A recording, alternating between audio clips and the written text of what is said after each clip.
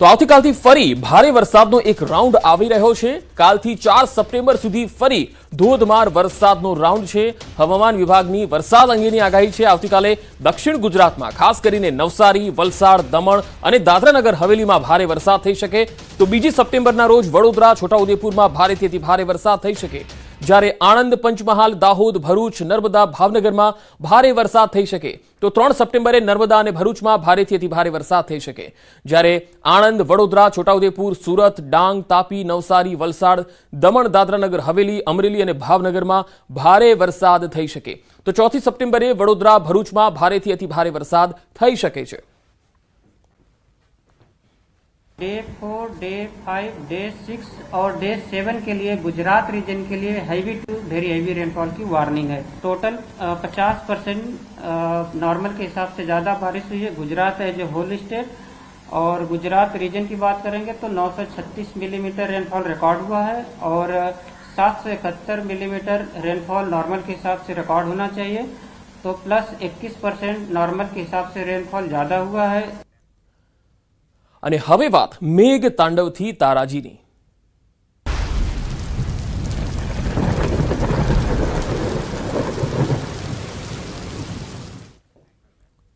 પોરબંદર જિલ્લામાં છેલ્લા 24 કલાકથી વરસાદે વિરામ લીધો છે। ત્યારે ભાદર સહિતના ઉપરવાસના ડેમોના પાણી પોરબંદર જિલ્લામાં ફરી વળ્યા છે। ખાડી કાંઠાના વિસ્તારો તેમજ ઘેડ પંથકમાં પાણી ભરાઈ ગયા। પૂરગ્રસ્તોને એસડીઆરએફ, નેવી અને કોસ્ટગાર્ડની મદદથી સલામત સ્થળોએ ખસેડવામાં આવ્યા છે। પૂરગ્રસ્ત વિસ્તારોમાં તંત્રએ 91 લોકોનું રેસ્ક્યુ કર્યું, જેમાં 50 લોકોને એરલિફ્ટ કરાયા। 1800 જેટલા લોકોનું સ્થળાંતર કરાવવામાં આવ્યું। સાયક્લોનને લઈને જિલ્લા વહીવટી તંત્ર એલર્ટ મોડ પર હતું। માછીમારોને દરિયો નહીં ખેડવાની અપીલ પણ હજુ કરવામાં આવેલી છે, કારણ કે હજુ પણ દરિયામાં ભારે પવન ફૂંકાઈ શકે છે। જોકે વાવાઝોડાનો જે ખતરો હતો એ હવે પૂરો થઈ ગયો છે, ટળી ગયો છે। તો એસડીઆરએફ, નેવી અને કોસ્ટગાર્ડની મદદ લેવામાં આવી હતી। પોરબંદર, જામખંભાળિયા અને સાથે સાથે કચ્છ સહિતના જે વિસ્તારો છે ત્યાં અનેક લોકોનું સ્થળાંતર થયું છે। લગભગ આ છેલ્લા 3-4 દિવસની જો વાત કરીએ તો લગભગ 51,000 જેટલા લોકોનું સ્થળાંતર કરવામાં આવેલું છે સૌરાષ્ટ્ર અને કચ્છમાંથી। અને જે રીતે અમિત અરોરા, કચ્છના જિલ્લા કલેક્ટર છે, તેમણે પણ જણાવ્યું હતું કે 2200 જેટલા લોકો છે જેમને સ્થળાંતર કરવામાં આવ્યા હતા અને 200 લોકોને રેસ્ક્યુ કરવામાં આવેલા। SDRF, police, marine commando force, navy અને કોસ્ટગાર્ડ આમ તમામ એજન્સીઓની મદદથી જ્યાં જે પ્રકારની પરિસ્થિતિ હતી એ પ્રમાણે રેસ્ક્યુ ઓપરેશન હાથ ધરવામાં આવેલા છે। કેટલીક જગ્યાએ બોટ દ્વારા સ્થાનિક તરવૈયાઓની મદદ લઈને પણ લોકોને વાડી વિસ્તારમાંથી રેસ્ક્યુ કરી અને સલામત જગ્યાએ ખસેડાયેલા છે। જે લોકો વાડી વિસ્તારમાં કેવા ફસાયેલા હતા એવા લોકોના જીવ બચાવવા માટે રેસ્ક્યુ ઓપરેશન કર્યા છે અને એવા કુલ આપણે 91 લોકોને આપણે રેસ્ક્યુ કરીને એમના જીવન બચાવ્યા છે। ના 91 પૈકી 50 વ્યક્તિ એવી છે કે જેમને આપણે કોસ્ટગાર્ડ દ્વારા એર લિફ્ટિંગથી બચાવ્યા છે। વડોદરામાં યુદ્ધના ધોરણે સફાઈ કામગીરી શરૂ થઈ છે। ગૃહ રાજ્યમંત્રીએ સફાઈ કામદારોની પ્રશંસા કરી। પૂરના પાણી ઓસર્યા બાદ સફાઈ કામગીરી તેજ થઈ ગઈ છે। રાત્રે હર્ષ સંઘવીએ અધિકારીઓ સાથે બેઠક કરી અને જાતે જ સફાઈ કામગીરીનું નિરીક્ષણ કર્યું। બેઠક સમયે તેમણે 18 કિલોમીટર શહેરમાં ફરીને નિરીક્ષણ કર્યું હતું। દરેક ઝોનમાં સફાઈ કામગીરી અને રોડના પેચવર્કની કામગીરીનું નિરીક્ષણ કર્યું હતું। તમામ ઝોનના નાગરિકોને મળીને આશ્વાસન આપ્યું છે। વડોદરાને રિંગ રોડ 300 અને રિવર ડેવલપમેન્ટ માટે 1200 કરોડની ફાળવણી કરવામાં આવી છે। હજુ વધુ જરૂર પડશે તો સરકાર આપવા માટે તૈયાર છે।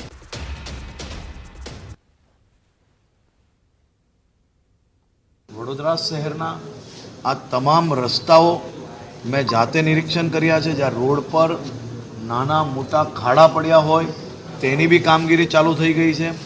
જે ઝાડો પડેલા હતા તેને હટાવવા જોડે જોડે એની બી જે કંઈ કામગીરી કરવાની છે એ બી ચાલુ છે। આ બધી જ કામગીરી આખી રાત ચાલી છે અને આખી રાત બધા જ લોકોએ નિરીક્ષણ કરીને એ લોકોને પ્રોત્સાહન અને ઉત્સાહ પૂરો પાડીને એ લોકોને મારા બધા જ સફાઈ કર્મચારી ભાઈ બહેનોને આભાર બી માન્યો છે। 2 હાથ જોડીને વંદન બી કર્યા છે।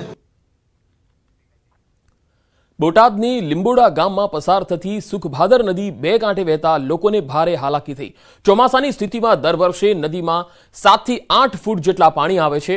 ગામના 600 થી 700 જેટલા બાળકોનું શિક્ષણ કાર્ય અટકી જાય છે।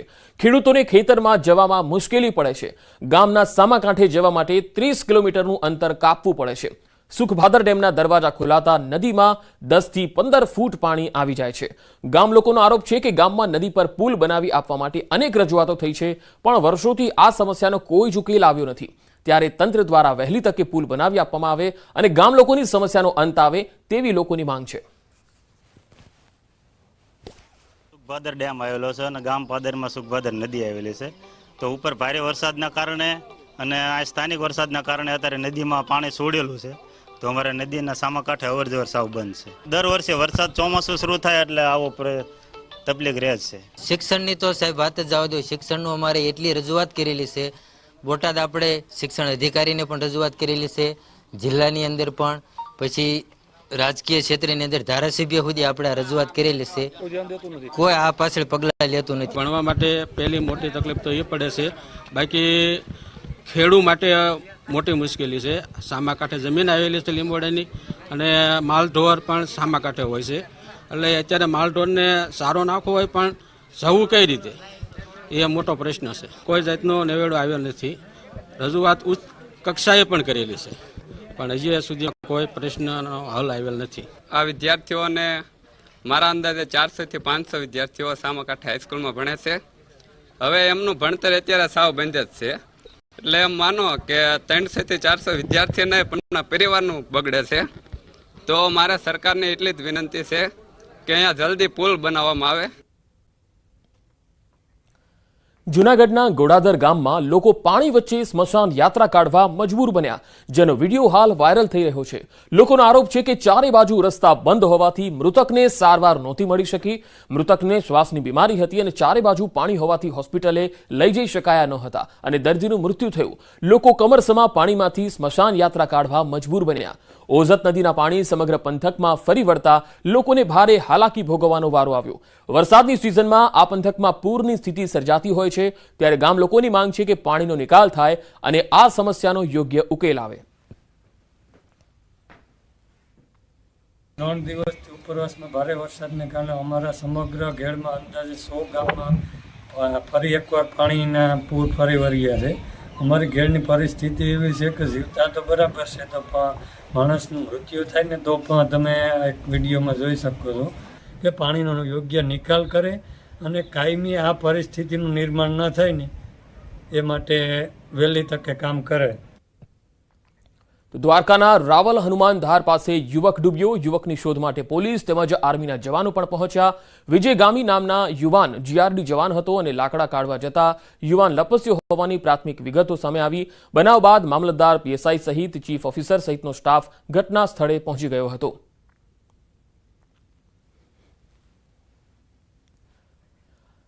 આ તરફ અમદાવાદમાં એસપી રિંગ રોડ પરથી પસાર થતા વાહન ચાલકો માટે મહત્વના સમાચાર। એસપી રિંગ રોડ પરનો ત્રાગડ અંડરપાસ ફરીથી શરૂ થશે। ત્રાગડ અંડરપાસની સફાઈ કરી વાહન ચાલકો માટે શરૂ કરવામાં આવશે। ભારે વરસાદ બાદ પાણી ભરાતા ત્રાગડ અંડરપાસ બંધ કરાયો હતો અને લોકોની મુશ્કેલી પણ ખૂબ જ વધી ગઈ હતી, કારણ કે લોકોને કિલોમીટર સુધી ફરીને જવું પડતું હતું અને ખૂબ જ અગવડતાનો સામનો કરવો પડતો હતો। આખરે તંત્ર હવે આ અંડરપાસમાં જે પાણી ભરાયેલા છે તેને નિકાલની કામગીરી શરૂ કરવા જઈ રહી છે, જેના કારણે હવે વાહન ચાલકો માટે અહીંયા એક રાહતના સમાચાર કહી શકાય। ઓડા રિંગ રોડ છે એ Ahmedabad ring road infrastructure limited એટલે કે સદભાવ ગ્રુપ દ્વારા મેનેજ કરવામાં આવી રહ્યું છે। એના સ્ટાફ અને કર્મચારીઓ દ્વારા 60 કલાકના અથાગ પ્રયત્ન બાદ લગભગ 10 થી 12 ડીવોટરિંગ હેવી ડ્યુટી પંપ લગાવી અને આ પાણી દૂર કરવામાં આવેલું છે। સૌરાષ્ટ્રમાં પડેલા ભારે વરસાદને લઈને ઠેર ઠેર તારાજી જોવા મળી રહી છે, ત્યારે જામનગર અને દેવભૂમિ દ્વારકા જિલ્લામાં અનેક વીજ પોલ તેમજ વીજ ટ્રાન્સફોર્મર ક્ષતિગ્રસ્ત બન્યા છે, જેમાં કુલ 589 હેવી પોલ અને 60 વીજ પોલ ધરાશાયી થયા છે। ઉપરાંત 18 ટ્રાન્સફોર્મર ક્ષતિગ્રસ્ત થતા સમારકામની પ્રક્રિયા હાથ ધરાઈ છે।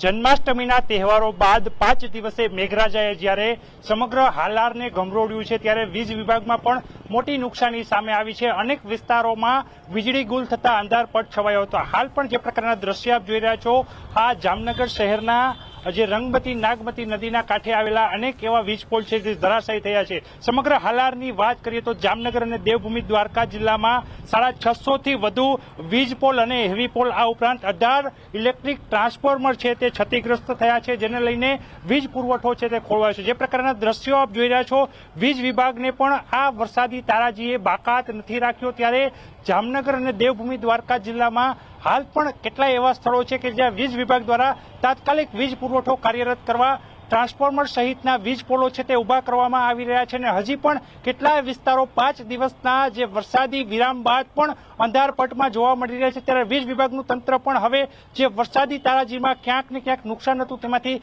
બેઠું થવા હાલ આગળ આવ્યું છે. કિંજલ કારસરિયા, ન્યૂઝ 18 ગુજરાતી, જામનગર. અમદાવાદના સાણંદના વિરોચનનગર ગામે ઘરોમાં વરસાદી પાણી ફરી વળ્યા. ધોધમાર વરસાદને કારણે ગ્રામ્ય વિસ્તારો જળબંબાકાર થયા છે. 3 દિવસથી સતત વરસાદને કારણે ગામમાં પાણી ઘૂસ્યા. પાણી ભરાઈ જતા લોકોનું સ્થળાંતર કરવાની ફરજ પડી હતી. કમર સુધીના પાણીમાં લોકો જોવા મળી રહ્યા છે. પૂરગ્રસ્ત વિકલાંગોને પણ છાબડામાં બેસાડીને સલામત સ્થળે લઈ જવામાં આવ્યા. વિરોચનનગર ગામે વરસાદને કારણે નીચાણવાળા વિસ્તારોમાં નુકસાન થયું. હજુ સુધી તંત્રની કોઈ ટીમ વિરોચનનગર જોવા માટે પણ પહોંચી નથી કે કોઈ સુવિધા અથવા તો અગવડતા ઓછી કરવા માટેનો કોઈ જ પ્રયાસ થયો નથી.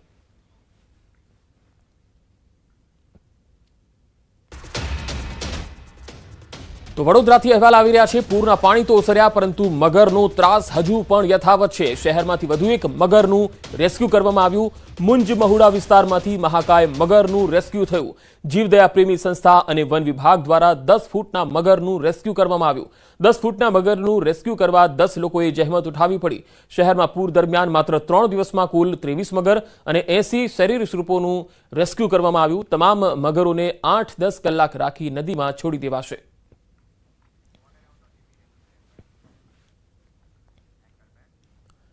ખાખીના ખોફનો એક વિડીયો વાયરલ થઈ રહ્યો છે. કચ્છમાં વરસાદી કહેર સમયનો આ વિડીયો છે. મુન્દ્રાના ડાક બંગલા વિસ્તારમાં વરસાદી પાણી ભરાયેલા વિસ્તાર પાસે એક ખાકી વર્દીધારી જવાન એક કામદારને લાઠીથી ફટકારી રહ્યો હોવાનો આ વિડીયો છે. વરસાદી આપદા સમયે પોલીસની બિરદાવાલાયક કામગીરી પણ હતી. એવામાં આ વિડીયો ખાખીના બીજા રૂપને બતાવે છે. જો કે કામદારને કેમ ફટકારવામાં આવે છે તેનું કારણ હજુ અકબંધ છે. ડાક બંગલા વિસ્તારનો આ વિડીયો છે. કચ્છના મુન્દ્રા વિસ્તારનો જે વાયરલ થઈ રહ્યો છે. કામદારને લાઠીથી ફટકારતો ખાકી વર્દીધારી જવાન જોવા મળે છે. જો કે તેને કેમ ફટકારવામાં આવી રહ્યો છે તેનું કારણ હજુ અકબંધ છે, સામે આવી શક્યું નથી. વરસાદી કહેરમાં એક તરફ પોલીસના જવાનો જે પૂરગ્રસ્ત વિસ્તારોમાં જે લોકો છે, અસરગ્રસ્તો છે, તેમના માટે દેવદૂત પણ બની રહ્યા છે, તો બીજી તરફ એક બીજો રૂપ પણ છે જે તમે તસવીરોમાં જોઈ શકો છો કે પોલીસના વર્દી જવાન એક કામદારને ફટકારી રહ્યા છે લાકડીથી. વધુ માહિતી સાથે કચ્છથી સંવાદદાતા મેહુલ સોલંકી જોડાયા છે. મેહુલ, આજે જવાન કામદારને ફટકારી રહ્યો છે, શું કારણ હતું? જે ચોક્કસથી વાત કરી તો આ વિડીયો છે તે વાયરલ થયો છે તે મુન્દ્રા તાલુકાનું છે. ચોક્કસથી વાત કરી પાણી ઓસર્યા છે, પરંતુ જાણે ખાખીનો જે રોપ છે તે ન ઓસર્યો હોય તેવા પ્રકારના દ્રશ્યો છે તે જોવા મળી રહ્યા છે. એક બાજુ ગરીબ મજૂરો અને જરૂરિયાતમંદોને રાહત પૂરી પાડવામાં આવે છે, ત્યારે બીજી બાજુ જે રીતે ખાખી છે તે એક મજૂર વ્યક્તિને છે તે મારી રહ્યો છે તેનો વિડીયો છે તે સોશિયલ મીડિયામાં વાયરલ થતા ફિટકાર વરસી રહ્યો છે. જી મેહુલ, આભાર માહિતી આપવા માટે.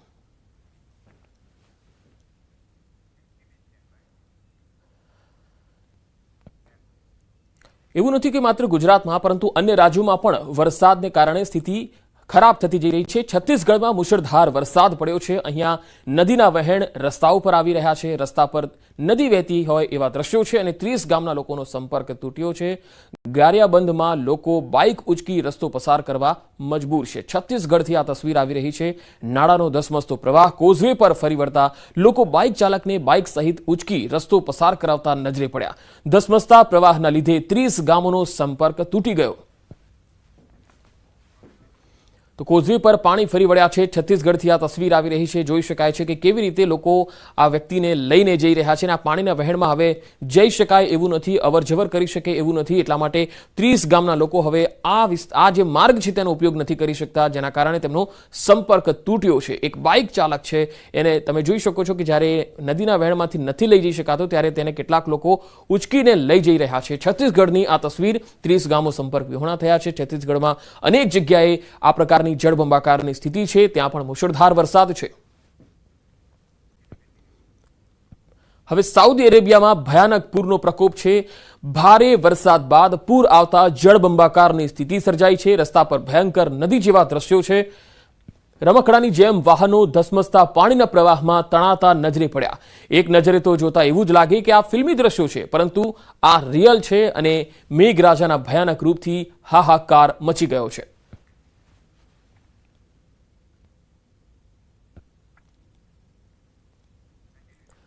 આ તરફ જાપાનમાં પણ ભયાનક વાવાઝોડાનો વિડીયો સામે આવ્યો છે. જાપાનમાં આવેલા ભયંકર વાવાઝોડાનો વિડીયો વાયરલ થયો.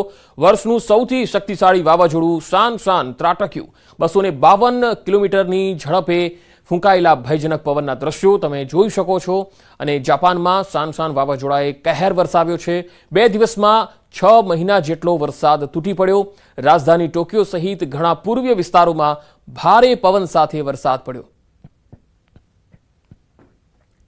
તો એવું નથી કે માત્ર ભારત, પરંતુ અન્ય દેશોમાં પણ આ જ સ્થિતિ છે. જાપાન, સાઉદી અરેબિયા, આ વિસ્તારોમાં પણ ધોધમાર વરસાદ અને વાવાઝોડાનો કહેર જોવા મળી રહ્યો છે. જાપાનમાં ખોફનાક વાવાઝોડાનો વિડીયો સામે આવ્યો છે, જેમાં જોઈ શકાય છે 252 કિલોમીટર પ્રતિ કલાકની ઝડપે પવન ફૂંકાઈ રહ્યો છે. અને આ ભયંકર વાવાઝોડાનો વિડીયો છે, જેમાં બધું જ તહેસ નહેસ થઈ જાય એ પ્રકારે હવા ફૂંકાઈ રહી છે. વાત હવે વડોદરાની કરીએ. વડોદરા કોર્પોરેશનમાં સ્ટેન્ડિંગ કમિટીની ચાલુ બેઠકમાં હોબાળો થઈ ગયો. એએમસીની સફાઈ એજન્સીએ વડોદરાથી કર્મચારીઓને કોન્ટ્રાક્ટ પર સફાઈ માટે રાખતા ભારે હોબાળો મચી ગયો. યુવાનોને એજન્સીએ નાણાં ન ચૂકવતા હોબાળો કર્યો. કોર્પોરેશનની ઓફિસે પહોંચી સ્ટેન્ડિંગ કમિટીની બેઠકમાં જઈને હોબાળો કર્યો. કર્મચારીઓને અમદાવાદ કોર્પોરેશનના જેકેટ પહેરાવી સફાઈ કરાવી રહ્યા હતા. સમગ્ર મામલે મ્યુનિસિપલ કમિશનરે કહ્યું કે જો કોઈ ચૂકવણી બાકી હશે તો અમે કરી દઈશું.